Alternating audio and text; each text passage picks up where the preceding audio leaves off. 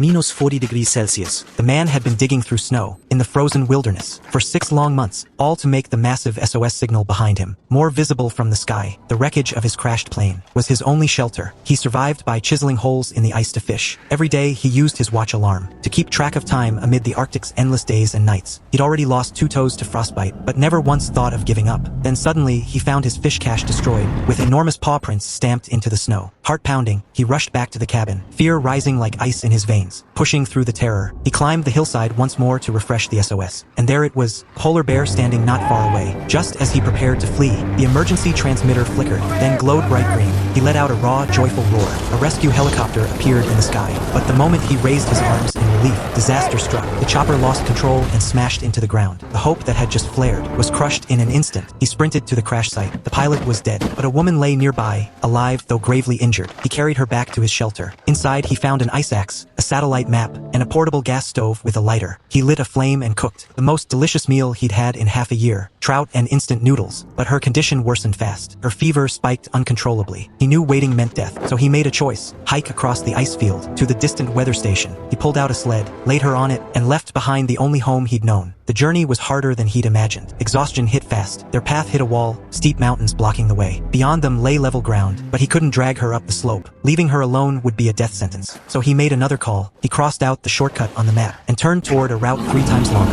In a snow cave, he faced the polar bear again. He fired a flare and shouted at the top of his lungs, scaring the beast off. But misfortune never comes alone. A blizzard rolled in. He used the sled as a windbreak, then crawled into the sleeping bag with her to share what little warmth they had. When the storm passed, his leg was badly frostbitten. Still, he pushed on through the pain. Now she couldn't even swallow water. Her wounds festered. She began coughing up blood. Despair took over. He realized he couldn't carry her any farther. He made the hardest decision: leave her and save himself. But just a few steps in, his foot plunged into empty space, trapped under fallen rocks in a hidden ice cave. He fought desperately, finally wrenching himself free, but his leg was now badly mangled. Limping, he crawled back to her. At that moment, she unexpectedly opened her eyes. With a weak, sad smile, she whispered something. He completely broke down, sobbing, blaming himself for walking away. He cleaned her wounds with his own blood, then hauled the sled forward once more. Their food ran out. His body gave out. Just as he collapsed face first in the snow, the distant roar of a helicopter echoed across the ice.